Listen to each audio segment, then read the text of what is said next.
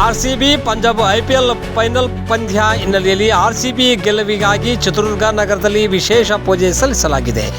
ಕೋಟೆನಾಡು ಚಿತ್ರದುರ್ಗ ನಗರದ ಕಣಿವೆ ಮಾರಮ್ಮ ದೇವಸ್ಥಾನದಲ್ಲಿ ನಗರದ ಕಾರ್ಮಿಕ ಸಂಘಟನೆಗಳು ಹಾಗೂ ಕರುನಾಡು ವಿಜಯ ಸೇನೆ ಇವರ ವತಿಯಿಂದ ವಿಶೇಷ ಪೂಜೆಯನ್ನು ಹಮ್ಮಿಕೊಳ್ಳಲಾಗಿತ್ತು.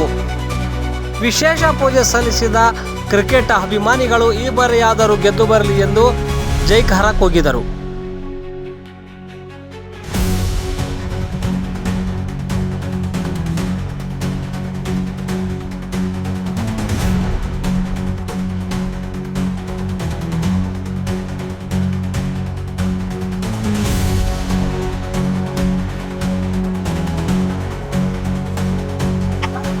ಕಡೆಗೆ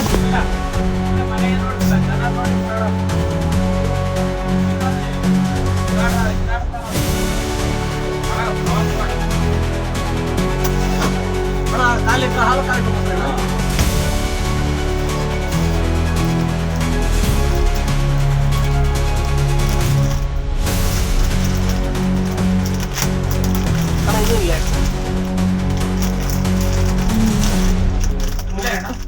ಬರ್ತಿಲ್ಲ ಮುಖ್ಯ ಬಂದು ಹೋಗಿ